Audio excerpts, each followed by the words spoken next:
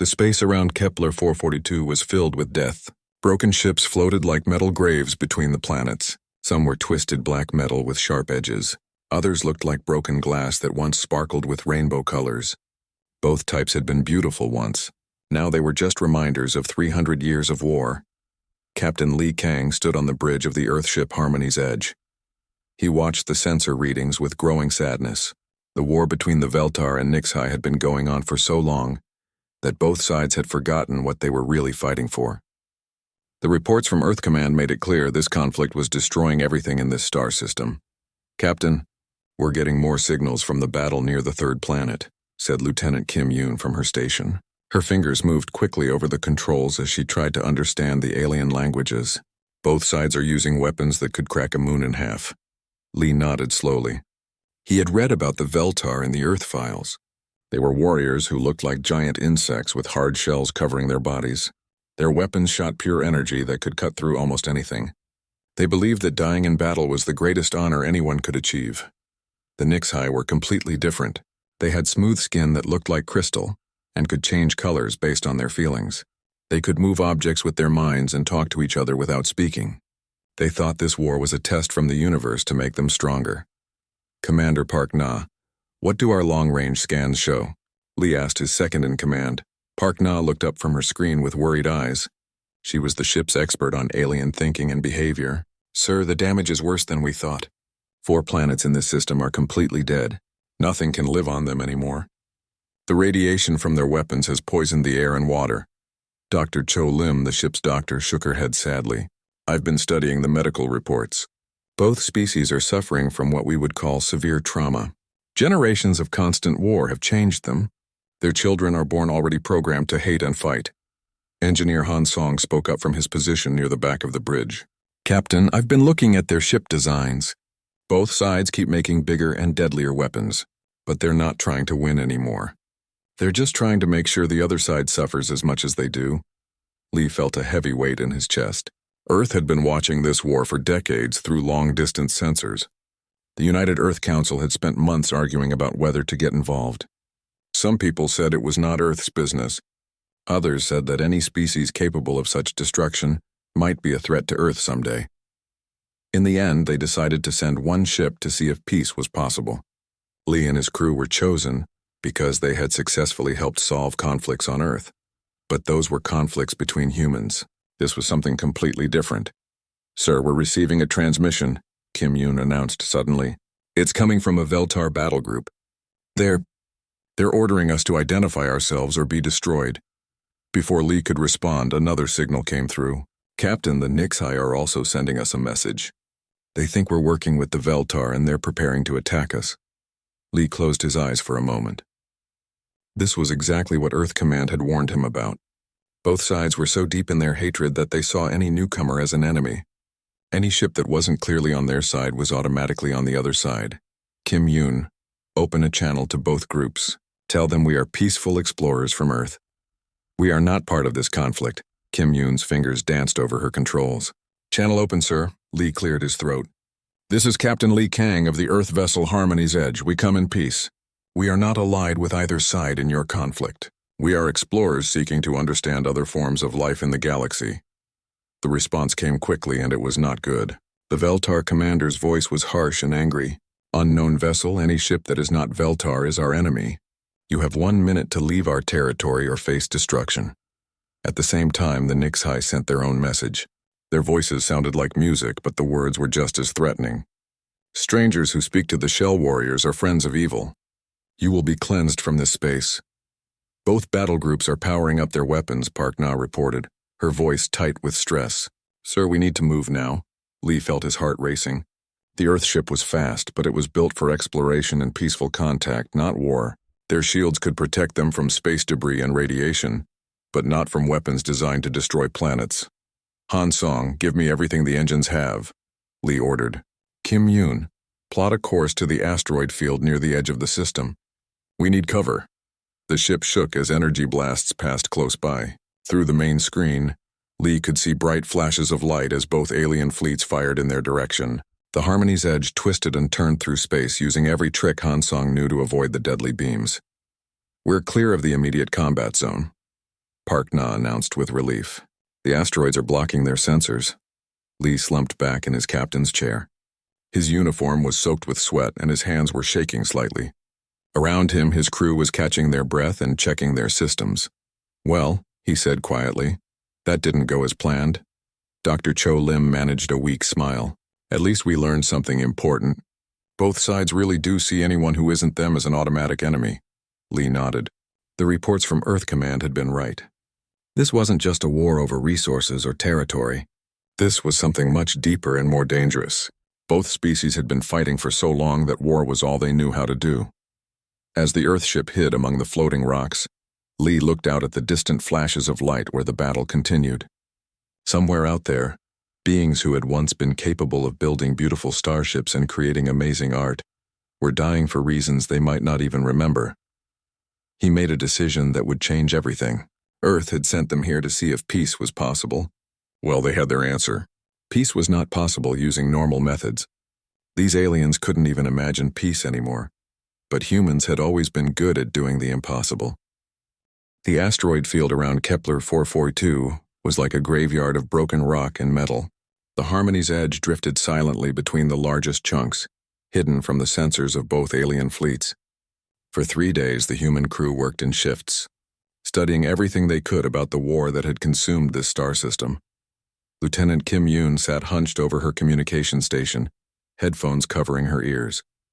She had been listening to intercepted messages between Veltar and Nixai forces for hours. Her desk was covered with notes written in 3 different languages, Korean, English, and her attempts to write down alien words. "Captain," she called out softly, not wanting to break the quiet concentration that filled the bridge. "I think I'm starting to understand their languages better. But sir, what I'm hearing is very strange." Captain Lee Kang walked over to her station. His eyes were red from lack of sleep, but he had refused to rest while his crew worked to solve this puzzle. "What do you mean, strange?" Kim Yoon pulled off her headphones and rubbed her tired eyes. "Both sides keep talking about honor and purpose and cosmic destiny, but when they give battle orders, they don't talk about winning anymore. They talk about making sure the enemy suffers as much as possible before they die." Commander Park Na looked up from her own workstation.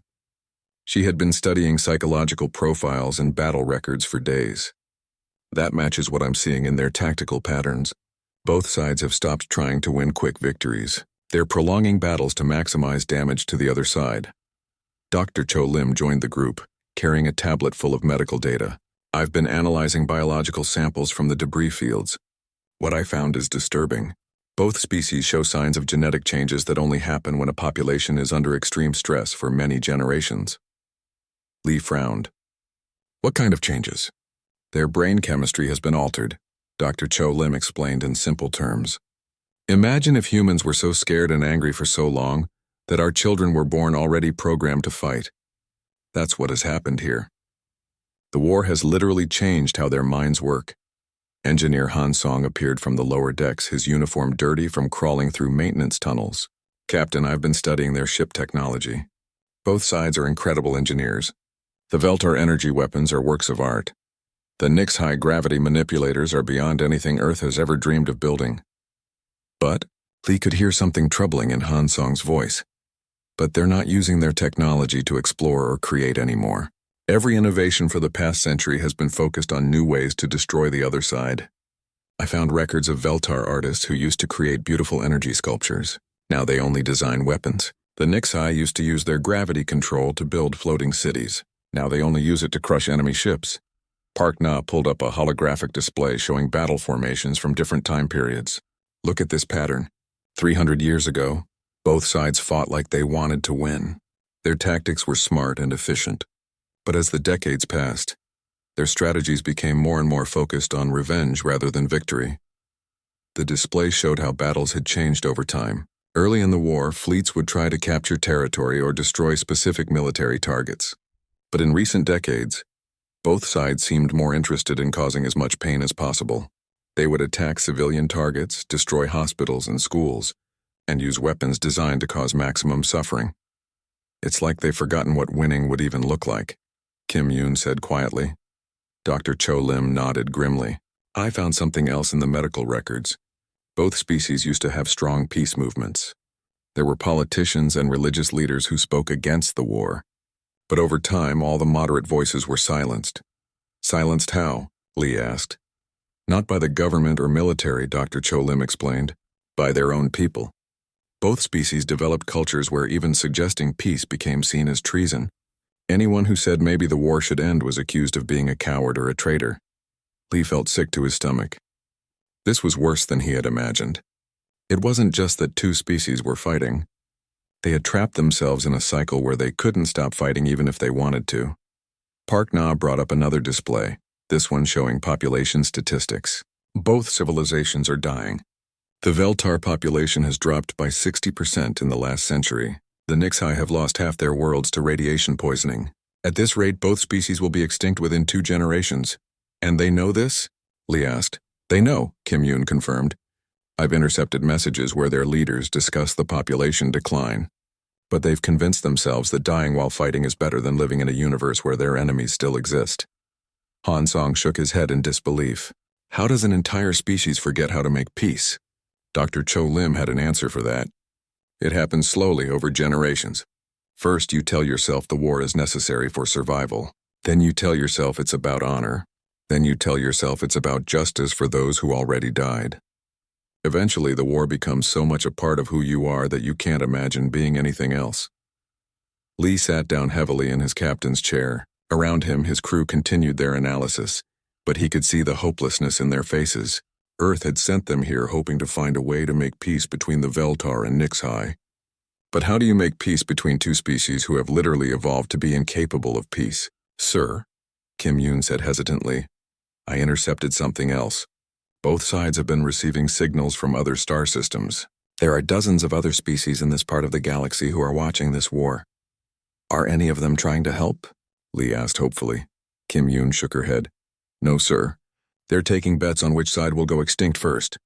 The bridge fell silent. Lee looked out at the distant stars and thought about Earth. Humans had fought plenty of wars throughout their history, but they had always managed to find their way back to peace. Sometimes it took years or decades, but eventually human conflicts ended. These aliens had forgotten how to end a conflict. They were trapped in a nightmare of their own making, and everyone else in the galaxy was just watching them destroy themselves. But humans had always been different. Where other species saw impossible problems, humans saw puzzles to be solved. Where others saw hopeless situations, humans saw challenges to overcome. Lee stood up and looked at his crew. They were tired and discouraged, but he could see something else in their eyes. They were starting to think. Human minds were working on the problem, looking at it from angles the aliens had never considered. All right, Lee said firmly. We know why normal diplomacy won't work. These species can't imagine peace anymore. But that doesn't mean peace is impossible. It just means we need to think like humans instead of thinking like them. Park Na raised an eyebrow. What do you mean, sir? Lee smiled for the first time in days. I mean, we stop trying to convince them to make peace and we start figuring out how to trick them into it. The planning session in the Harmony's Edge conference room lasted for 18 hours straight. Captain Lee Kang and his crew had covered every wall with notes, diagrams, and ideas. Empty coffee cups and meal containers were scattered across the table. The humans were doing what they did best, thinking outside the box. Okay, let's review what we know, Lee said, pacing back and forth in front of a large display screen. Both species are trapped in a war they can't psychologically escape from. They see any outsider as an enemy. Traditional diplomacy is impossible because they've forgotten how to imagine peace. Commander Park Na pointed to a psychological profile she had created. The key insight is that they're not really fighting each other anymore. They're fighting to maintain their own identity. Being at war has become so central to who they are that peace feels like death to them. Engineer Han Song looked up from his tablet, where he had been sketching ship designs.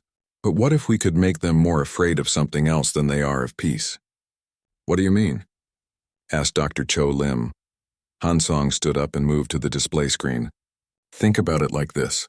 A person won't jump out of a burning building until the fire becomes more scary than the fall. Right now, peace feels more dangerous to them than war.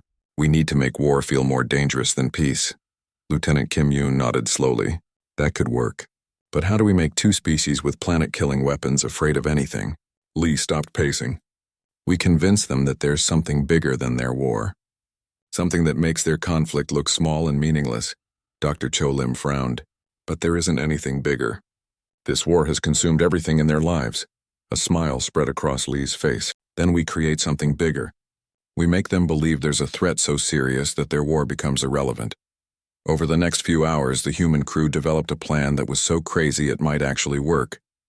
They called it the three-phase solution, and it relied on the one thing humans had always been better at than any other species: creative deception. Phase 1 was Han Song's idea.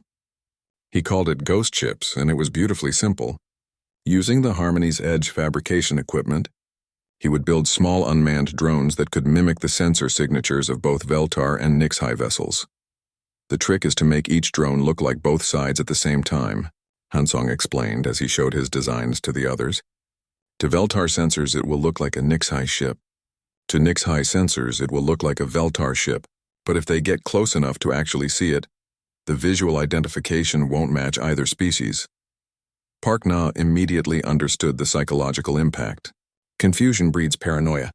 If both sides start encountering ships that don't make sense, they'll start questioning everything they think they know about the war.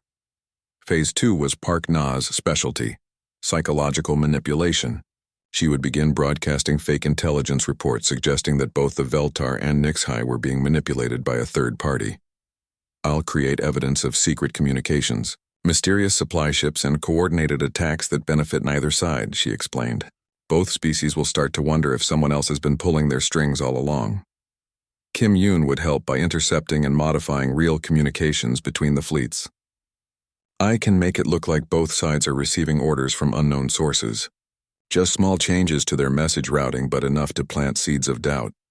Dr. Cho Lim's contribution was perhaps the most devious of all. I'll spread a medical report suggesting that both species are suffering from the same type of genetic manipulation. The implication will be that someone has been experimenting on them, using the war as a laboratory to study long-term psychological control. But Phase 3 was the most audacious part of the plan. Lee would position the Harmony's Edge directly between the two largest battle fleets and claim to represent something called the Galactic Mediation Force. I'll tell them that Earth is part of a coalition of hundreds of advanced civilizations, Lee explained. We've been watching their war as a test case to see if their species are mature enough to join galactic society. And they've failed miserably. The beauty of the lie was in its details. Lee would claim that the Veltar and Nixhai had been selected for this test because they were considered promising young species. But their inability to resolve conflict had disappointed the galactic community so much that both civilizations were now facing permanent quarantine. The threat has to be complete isolation, Park Na added. Both species need to believe that continuing the war means they'll never be allowed to leave their home systems. They'll be cut off from the rest of the galaxy forever. Han Song raised a concern. But Captain, what if they call our bluff? What if they demand proof of this galactic mediation force? Lee's answer was the most human solution of all. We give them the one type of proof that no alien species expects: we make ourselves completely vulnerable. The plan required the Harmony's Edge to position itself between two fleets that had been trying to destroy each other for centuries. The ship would lower its shields, power down its weapons, and simply float there like a helpless target. No species with advanced weapons would ever put themselves in that position unless they were absolutely certain they were protected by something even more powerful. Dr. Cho Lim realized. Our vulnerability becomes proof of our strength. Kim Yoon looked worried. But sir, what if they decide to shoot first and ask questions later? Lee sat down and looked at each of his crew members. Then we'll die. But if we do nothing, both of these species will destroy themselves anyway. At least this way we have a chance to save them. The crew spent the next 2 days preparing for the most dangerous diplomatic mission in human history. Han Song built 6 ghost ships and programmed them with complex flight patterns that would make them appear throughout the battlefield. Park Na created dozens of fake intelligence, reports, and historical documents that painted a picture of manipulation spanning decades. Dr. Cho Lim prepared medical files that would terrify any species that discovered they had been used as test subjects. Kim Yoon practiced her alien language skills until she could mimic the communication patterns of both fleets well enough to insert false messages into their data streams. And Lee rehearsed his speech over and over, perfecting the tone of disappointed authority that would make him sound like a representative of a vastly superior galactic civilization. On the morning of the third day, as they prepared to leave the safety of the asteroid field, Dr. Cho Lim asked the question they were all thinking. "Captain, what are the chances this will actually work?" Lee looked out at the space where two civilizations were slowly destroying themselves and everything they had ever built. "Honestly, I have no idea. But humans have been solving impossible problems for thousands of years. We've ended wars that everyone said would last forever. We've brought peace to people who swore they would never forgive their enemies." He turned back to his crew with determination in his eyes. "These aliens think their war is eternal because they've forgotten that all wars are created by intelligent minds. And anything created by intelligent minds can be changed by intelligent minds." Park Na smiled grimly. "Even if those minds happen to be human." "Especially if they're human," Lee corrected. "Let's go teach the galaxy something about the impossible." The Harmony's Edge powered up its engines and headed toward the largest space battle in 3 centuries. Behind them, 6 small drones scattered throughout the battlefield, ready to begin the most elaborate deception in galactic history. And aboard the ship, 5 humans prepared to prove that sometimes the best way to end a war is to convince everyone that there's something more important than fighting. The space between the 2 massive fleets was filled with deadly energy. Bright beams of light crossed back and forth as Veltar and Nixai ships fired at each other with weapons that could destroy cities. Into this chaos, the small Earthship Harmony's Edge flew like a tiny bird flying between 2 storms. Captain Li Kang stood on his bridge, watching the tactical display as his ship moved into the most dangerous position in the galaxy. Around him, his crew worked with quiet concentration. They all knew that the next few minutes would either save 2 civilizations or get them all killed. "Ghost ships are in position," reported Engineer Han Song. "Both fleets are starting to encounter the drones. I'm reading confused communications from multiple ships." Lieutenant Kim Yoon looked up from her station with excitement. "Sir, it's working.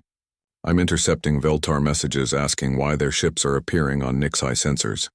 And the Nixai are demanding to know why some of their vessels are broadcasting Veltar identification codes." Commander Park Na monitored the psychological impact of their deception. "Both fleets are slowing their attack patterns. They're starting to question what they're seeing on their sensors." Dr. Cho Lim had been broadcasting fake medical reports for the past hour.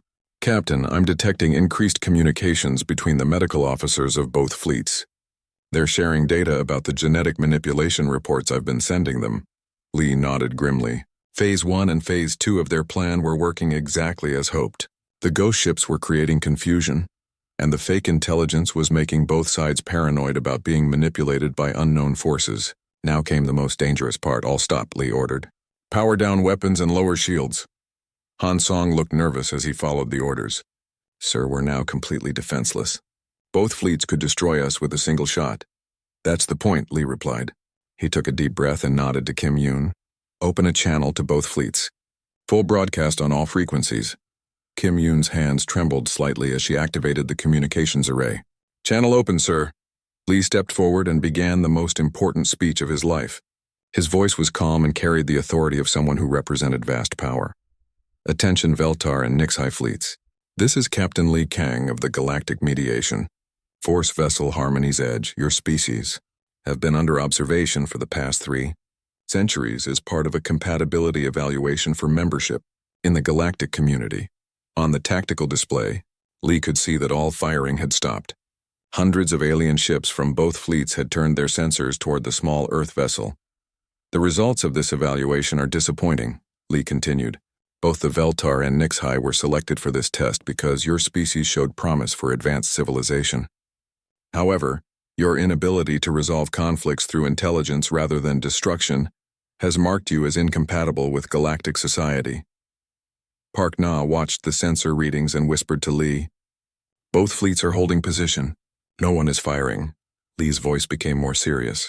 "Evidence has been discovered that both species have been genetically and psychologically manipulated by unknown parties who have used your conflict as an experiment in long-term behavioral control. You are not fighting because you choose to fight. You are fighting because you have been programmed to fight." Dr. Cho Lim smiled as she monitored the alien communications. The medical officers of both fleets were frantically sharing data. trying to verify the manipulation claims. Therefore, Lee announced, the galactic community is prepared to offer both species one final opportunity to prove their worth. You have 72 hours to establish a permanent ceasefire and begin negotiations for peace. If you fail to do so, both civilizations will be permanently quarantined to your home systems. You will never be allowed to leave your original worlds, and no contact with the galactic community will be permitted. The most important part came next. Lee made his voice sound disappointed but patient. To demonstrate the authority of the Galactic Mediation Force, this vessel will remain in position between your fleets. We are currently unarmed and unshielded, as we have no fear of species who have proven themselves to be controlled by outside manipulation rather than acting through their own free will. Kim Yoon closed the channel, and the bridge fell silent. For long minutes, nothing happened. Both alien fleets remained motionless in space, and the small Earth ship floated helplessly between them. Sir, Han Song said quietly, if this doesn't work, it will work, Lee replied with more confidence than he felt. Humans have been calling bluffs for thousands of years. We're very good at it. Suddenly, Kim Yoon's station came alive with incoming signals. Captain, I'm receiving communications from both fleets. They're requesting more information about the genetic manipulation claims. Dr. Cho Lim immediately began sending detailed medical files she had created. I'm transmitting data that shows how generations of warfare have changed their brain chemistry and genetic expression. The beauty is that all of this is actually true. I just made it look like it was done deliberately by outside forces. Over the next several hours, the most remarkable thing happened. Both fleets not only stopped fighting, they began working together to investigate the manipulation claims. Veltar and Nixhai medical officers shared data for the first time in centuries. Their scientists collaborated to analyze the genetic evidence. Park Na monitored the psychological changes in real time. Captain, both species are experiencing a massive shift in thinking. Instead of seeing each other as the enemy, they're starting to see themselves as fellow victims of outside manipulation. The breakthrough came when Kim Yoon intercepted a joint communication between the fleet commanders. Sir, both leaders are agreeing to meet in neutral space to discuss the Galactic Mediation Force's proposal. Lee felt a surge of hope, but he knew the real work was just beginning. Dr. Cho Lim, are you ready for the medical intervention phase? Dr. Cho Lim had been preparing for this moment since they first arrived in the system. I've developed treatment protocols that can begin reversing the genetic and psychological damage, but I need to present it as part of the galactic community's rehabilitation program. Do it, Lee ordered. What followed was the most intensive diplomatic and medical mission in human history. Dr. Cho Lim began treating volunteers from both species under the guise of compatibility, testing for galactic membership. Her treatments actually worked, using advanced Earth psychology and genetic therapy. She began reversing centuries of programmed aggression. Kim Yoon worked with moderate leaders from both species who emerged from hiding for the first time in decades. These were politicians, artists, and teachers who had been silenced by the war culture. Now, with the possibility of galactic membership hanging in the balance, their voices became valuable again. Park Na coordinated the sharing of cultural information between the species. For the first time in 3 centuries, Veltar and Nixhai citizens learned about each other's art, music, and philosophy. They discovered that both civilizations had rich traditions of peace and cooperation that had been buried under generations of war. Meanwhile, Han Song made a discovery that changed everything. While analyzing the quantum crystal mines that had started the original conflict, he found something that both species had forgotten. There were enough resources in those mines to supply both civilizations for thousands of years. Captain, he reported excitedly, the war was never about resources. There's enough quantum crystal here to power 100 civilizations. They could have shared it from the very beginning. Lee shook his head in amazement. So they've been destroying themselves for centuries over something that was never actually scarce. It gets better, Han Song continued. I've been analyzing their combined technology. The Veltar engineering skills and Nix high-gravity manipulation complement each other perfectly. Working together, they could achieve things that neither species could do alone. As the 72-hour deadline approached, representatives from both fleets requested permission to come aboard the Harmony's Edge to formalize their ceasefire agreement. Lee agreed, But he knew he had to maintain the fiction of the Galactic Mediation Force until the very end. The ceremony was simple, but powerful. War leader Crixton of the Veltar and harmony singer Velandra of the Nixhai sat across from each other in the Earthship's conference room. Between them, Lee had placed a small seedling from Earth planted in soil that mixed minerals from both their homeworlds. This tree, Lee explained, represents the new growth that becomes possible when conflict ends. It requires elements from both worlds to survive, just as peace requires cooperation from all sides. Both alien leaders reached out simultaneously to touch the small plant. For the first time in 3 centuries, members of their species touched the same object without violence. As they signed the ceasefire agreement, Lee watched their faces and saw something that gave him hope for the future of the galaxy. He saw 2 intelligent species remembering what it felt like to solve problems together, instead of just creating bigger problems for each other. The war that had lasted 300 years was over. But Lee knew that the real work of building peace was just beginning. 3 weeks had passed since the Treaty of Kepler 442 was signed aboard the Harmony's Edge. Captain Lee Kang stood in the observation deck of his ship, watching something that would have been impossible to imagine just a month ago. In the space where 2 fleets had tried to destroy each other for centuries, Veltar and Nixhai ships now worked side by side. The transformation had been remarkable. The first joint mining operation in the quantum crystal fields had begun just 5 days after the ceasefire. Dr. Cho Lim's medical treatments were working better than anyone had hoped. The genetic and psychological damage from centuries of war was slowly healing, as both species learned to think about something other than conflict. Captain, Lieutenant Kim Yoon called from the communications station. We're receiving another request for mediation services. This one is from the Zephyr system. 2 species there have been fighting over trade routes for 80 years. Lee smiled. In the past week alone, they had received 17 different requests from species across the galaxy, asking for Earth's help with their impossible conflicts. Word was spreading that humans had somehow ended a 300-year war in just 3 weeks. Commander Park Na joined Lee at the observation window. The psychological profiles I'm getting from both species are incredible. The Veltar creativity levels have increased by 300% since they stopped focusing all their mental energy on war. The Nixhai are using their telepathic abilities for art and exploration instead of battle coordination. Engineer Han Song appeared with a tablet full of technical specifications. Captain, you need to see what they've accomplished working together. The joint Veltar-Nixhai mining teams are extracting quantum crystals at 5 times the rate either species achieved alone. Their combined technology is revolutionary. Lee nodded, but he was thinking about something more important than mining efficiency. Hansong, how long before our deception is discovered? Hansong looked uncomfortable. Honestly, sir, I'm surprised it hasn't happened already. Both species are much smarter than we gave them credit for. Once they started thinking clearly again, it was only a matter of time before they figured out that there is no galactic mediation force. Dr. Cho Lim joined the group, carrying her medical reports. Actually, Captain, I think some of their leaders already suspect the truth, but they don't care anymore. The treatments are working, their people are happier than they've been in generations, and they're discovering things about the universe they never had time to explore while they were fighting. Kim Yoon looked up from her station again. Sir, I'm receiving a priority message from war leader Crixton and harmony singer Velandra. They're requesting a meeting with you. Lee felt his stomach tighten. This was the moment he had been expecting and dreading. Tell them I'll meet with them in conference room 1 in 30 minutes. As Lee prepared for what might be the most difficult conversation of his career, his crew gathered to offer support. They had all worked together to create the elaborate deception that ended the war. Now they would face the consequences together.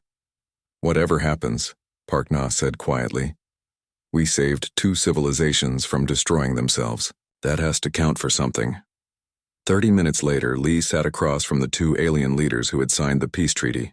Crixton was an impressive figure even when relaxed, his chitinous exoskeleton gleaming under the ship's lights. Velandra's crystalline skin shifted through gentle blue and green colors, indicating calm and thoughtful emotions. Captain Lee Kang, Crixton began, his voice much softer than it had been during the war. We have been investigating the claims about genetic manipulation and outside interference in our conflict.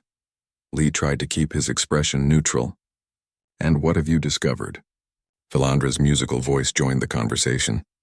"We have found that the genetic and psychological changes described in your reports are completely accurate. Our species have indeed been altered by centuries of warfare. However, our investigation has revealed no evidence of deliberate outside manipulation." Lee's heart started beating faster. "I see." Crixton leaned forward slightly. "We have also been unable to locate any evidence of this galactic mediation force, or the hundreds of advanced civilizations you claimed to represent." The silence in the room stretched for long seconds. Lee realized that his career and possibly his life depended on what he said next. "You're absolutely right," he said simply. "There is no galactic mediation force." Both alien leaders showed surprise but not anger. Philandra's skin shifted to curious yellow patterns. "Then who are you, really?" Lee took a deep breath. "We are humans from a planet called Earth. We're explorers and diplomats, but we represent only one species, our own. We have no advanced weapons, no mighty fleets, and no cosmic authority." Crixton's mandibles clicked, and what Lee had learned was the Veltar expression of puzzlement. "Then why did you risk your lives to end our war?" "Because," Lee replied honestly, "humans believe that intelligence should be used to solve problems, not create them. We saw two brilliant civilizations destroying themselves over a conflict that had spiraled beyond anyone's control. We couldn't stand by and watch that happen." Philandra's colors shifted to deep, thoughtful purple. "But you lied to us. You created an elaborate deception." Lee nodded. "Yes, we did. And I won't apologize for it because telling you the truth at the beginning wouldn't have worked. You needed to believe there was something more important than your war before you could imagine ending it." Both alien leaders were quiet for several minutes. Finally, Crixton spoke. "You used our own intelligence against our stupidity." "We used your intelligence to overcome the psychological traps that had kept you at war," Lee corrected. "The moment you started thinking about something bigger than your conflict, you found solutions that had been there all along." Philandra's skin shifted to warm gold colors that indicated deep appreciation. "You showed us that peace was possible by convincing us it was necessary." Lee smiled. "Humans have learned over thousands of years that sometimes the best way to help someone is to give them a reason to help themselves." Crixton stood up, his imposing form towering over the table.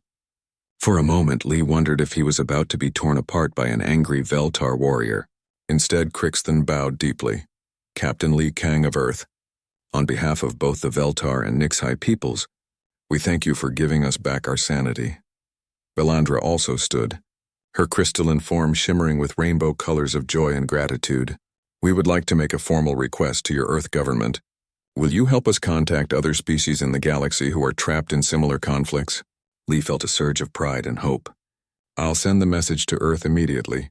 6 months later, Captain Lee Kang found himself standing on the observation deck of a new ship, the Earth diplomatic vessel Harmony's Grace. His crew had been expanded to include specialists from both the Veltar and Nixhai civilizations. Together, they had successfully mediated conflicts in 7 different star systems.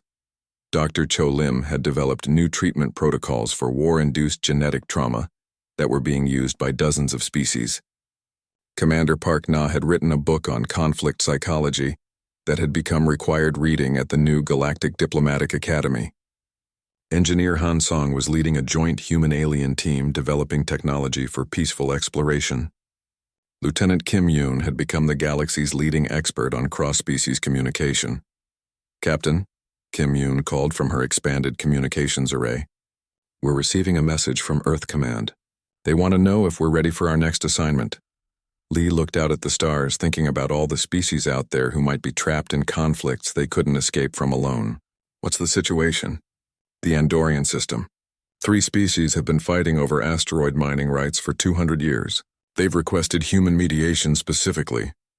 Park Na looked up from her psychology reports with a grin. "Sounds like another impossible situation," Lee laughed. "Perfect. That's exactly the kind of problem humans are good at solving." As the Harmony's Grace prepared to jump to the Andorian system, Lee reflected on how much had changed. The galaxy was slowly learning that conflicts didn't have to be eternal. Wars could end, enemies could become allies, and sometimes all it took was someone from outside the conflict to remind everyone involved that they had more in common than they had differences. The final entry in Lee's mission log was simple but profound. We have discovered that humanity's greatest gift to the galaxy is not our technology or our weapons. It is our stubborn refusal to accept that any problem is truly unsolvable. We look at conflicts that have lasted for centuries and ask a very human question. What if we tried something completely different? The universe is full of intelligent species who have forgotten how to change their minds. Humans, it seems, specialize in helping them remember. Looking out at the stars ahead, Lee smiled. There were a lot more impossible problems out there waiting for human solutions. And for the first time in galactic history, peace was becoming contagious. The galaxy, it turned out, had been waiting for someone to prove that even the most hopeless conflicts could end. All it took was the right kind of intelligence applied in the right way at the right time. And humans, as always, had excellent timing.